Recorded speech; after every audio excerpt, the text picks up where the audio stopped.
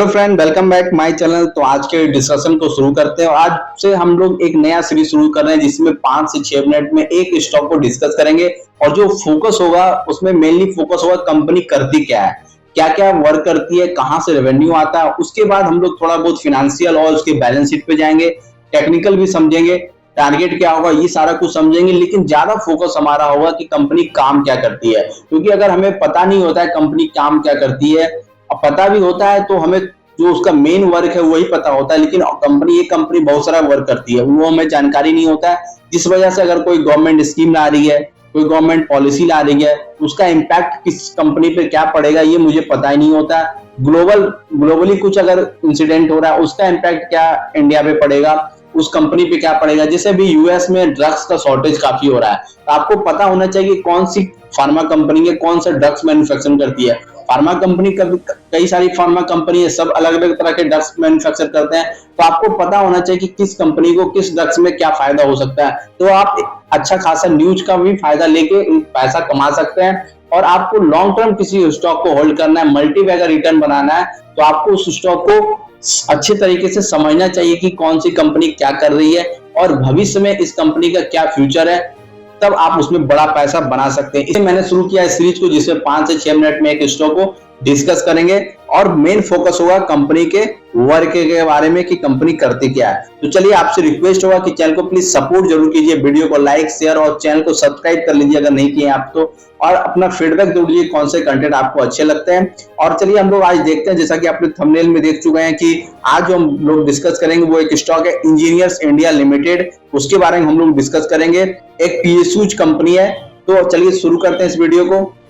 तो यहाँ पे आप देख रहे होंगे इंजीनियर्स इंडिया लिमिटेड, और ये एक सेंटर पीएसयू है जिसका ओनरशिप गवर्नमेंट ऑफ इंडिया के पास है, और इसका एडमिनिस्ट्रेटिव कंट्रोल जो है वो ministry of petroleum and natural gas के पास है। और ये कंपनी एक कंसल्टेंसी प्रोवाइड करती है, इसके अलावा इंजीनियरिंग सर्विस भी प्रोवाइड करती है, जो कि टर्नकी कॉन्ट्रैक्ट के अंतर्गत होता है। यानी टर्नकी कॉन्ट्रैक्ट का मतलब होता है कि जैसे कि अगर किसी को पेट्रोकेमिकल फैक्ट्री स्टैब्लिश करना है, ठीक है, तो ये कंपनी जिसको भी एस्टेब्लिश करना है वो इंजीनियर्स इंडिया पे जाएगी, वो बताएगी मुझे कंपनी फैक्ट्री एस्टेब्लिश करना है पेट्रोकेमिकल के प्रोडक्शन के लिए। ये सारा कुछ मैन्युफैक्चर करेगी, सारा कुछ बनाएगी, सब कुछ तैयार करके लगेगी। पेट्रोकेमिकल जो इंडस्ट्री होता है उसमें क्या क्या मशीनें होते हैं, क्या क्या इक्विपमेंट होते हैं, क्या क्या चीजें होती है, ये सारा कुछ तैयार करके उस कंपनी को सौंप देगी। इसी को टर्नकी कॉन्ट्रैक्ट करते हैं, मुझे जहां तक पता है। तो अगर आपको इससे ज्यादा डिटेल पता है आप कमेंट बॉक्स में जरूर बताएं। तो ये टर्नकी कॉन्ट्रैक्ट है। उसके बाद अगर बात करें तो ये कई तरह के प्रोजेक्ट सर्विस प्रोवाइड करती है, जिसमें प्रोजेक्ट के कंसेप्चुलाइजेशन से लेके उसके planning, design, engineering, procurement, construction, commissioning, और उस जो कि क्लाइंट के रिक्वायरमेंट के अनुसार होता है। उसके बाद स्पेसिफिकेशन भी करती है क्लाइंट के रिक्वायरमेंट के अनुसार। उसके बाद जो पोस्ट एजुकेशन सर्विस मेंटेनेंस के लिए और मॉनिटरिंग के लिए, यानी जब कंपनी प्रोजेक्ट बना के सौंप देती है उसके बाद उसका मेंटेनेंस करना, उसका मॉनिटरिंग करना, उसका ऑपरेशन करना, ये सारा कंपनी ये काम करती है। अगर आप देखें कि किस किस फील्ड में ये कंपनी काम करती है तो उसका फील्ड काफी बड़ा है। इसके बाद हम लोग ऑर्डर बुक पे भी जाएंगे, क्लाइंट पे जाएंगे, कंपनी क्लाइंट कौन कौन से है, क्लाइंट बेस देखेंगे तो आपको भी लगा कि बड़ा क्लाइंट बेस है कंपनी के पास। कंपनी की बात करें तो यहाँ पे ये petroleum, refining, petrochemicals, pipeline, oil and gas, terminals, storage, mining and metallurgy, infrastructure, water and waste management, city gas distribution, power thermal, solar, nuclear, gas based fertilizer project, coal to liquid and steel project, ये सारे segment में काम करती है। यानी कि आप देख सकते हैं कि जो इंडिया का जो फ्यूचर ग्रोथ है, अगर आप देखें तो ये सारे जो यहाँ पे सेक्टर दिख रहे हैं वो इंडिया के फ्यूचर ग्रोथ को डिसाइड करते हैं, और उसमें ये कंपनी सारे प्रोजेक्ट में काम करती हुई दिख रही है।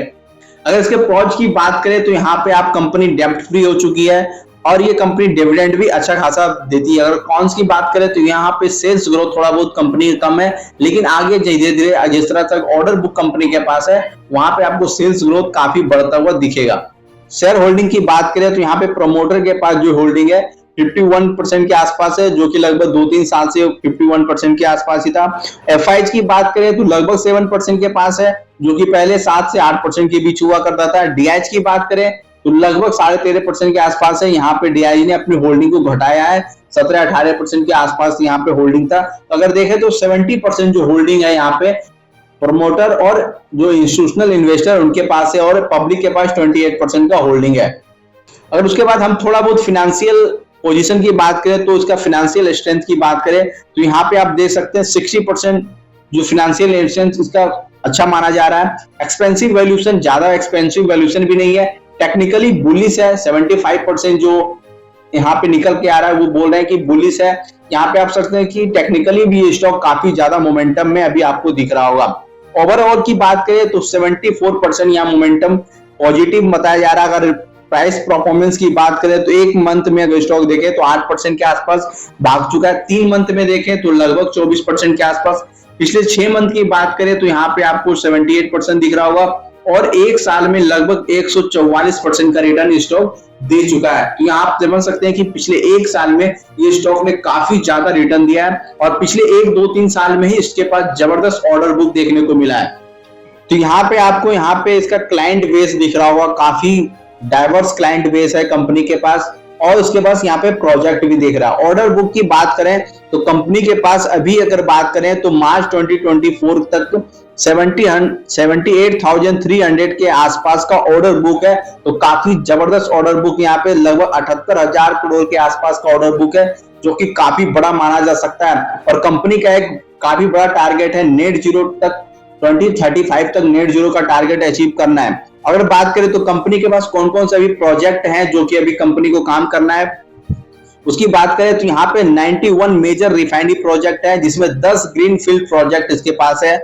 उसके बाद बात करें तो लगभग 13 मेजर पेट्रोकेमिकल प्रोजेक्ट है। उसमें देखें तो 213 ऑफशोर प्रोजेक्ट है, जिसमें प्रोसेस प्लेटफॉर्म का काम करना है। 12 फर्टिलाइजर प्रोजेक्ट है कंपनी के पास, 41 इंफ्रास्ट्रक्चर प्रोजेक्ट है, 24 टंकी प्रोजेक्ट है, और पावर कैप्टिव और पावर प्रोजेक्ट भी कंपनी के पास है। उसके बाद बात करें तो 45 onshore oil and gas processing project company के पास है, 52 पाइपलाइन प्रोजेक्ट है, 14 पोर्ट और टर्मिनल्स पे कंपनी काम कर रही है। इसके अलावा 33 माइनिंग एंड मेटल प्रोजेक्ट पे कंपनी काम कर रही है। उसके बाद स्ट्रेटेजिक स्टोरेज 3 लोकेशन पे कंपनी ये काम कर रही है। यहाँ पे आप देख सकते हैं काफी बड़ा यहाँ पे ऑर्डर बुक है, और डाइवर्सिफाई ऑर्डर बुक है। अगर क्लाइंट बेस की बात करें तो मैं जूम कर रहा हूँ, आपको दिख रहा होगा यहाँ पे आपको दिख रहा होगा हुडको, दिल्ली डॉट गवर्नमेंट इंडिया। उसके बाद आप दिख रहे होंगे यहाँ पे ONGC दिख रहा होगा, भारत पेट्रोलियम दिख रहा होगा, इंडियन ऑयल दिख रहा होगा। यहाँ पे कई सारे बड़े बड़े यहाँ पे क्लाइंट आपको दिख रहे होंगे।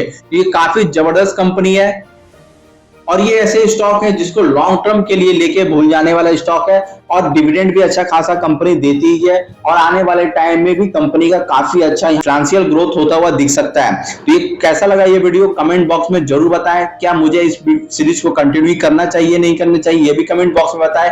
और कौन से स्टॉक पे आपको एनालिसिस चाहिए ये भी बता सकते हैं। ऐसे मैं कोशिश करूंगा कि जो स्टॉक अभी चर्चा में उस पर ही एनालिसिस बनाऊं, ताकि आपको उस पर पोजीशन लेने में, उसको पोर्टफोलियो में शामिल करने में आपको हेल्प मिल सके। तो जाते जाते आपसे फिर से एक बार रिक्वेस्ट है, प्लीज चैनल को जरूर सब्सक्राइब कर दें। काफी कम सब्सक्राइबर हमारे चैनल पे, इसलिए आपसे रिक्वेस्ट होगा प्लीज चैनल को सब्सक्राइब कर दें। और वीडियो को पूरा देखने के लिए, चैनल को सब्सक्राइब करने के लिए आपको फिर से एक बार थैंक यू।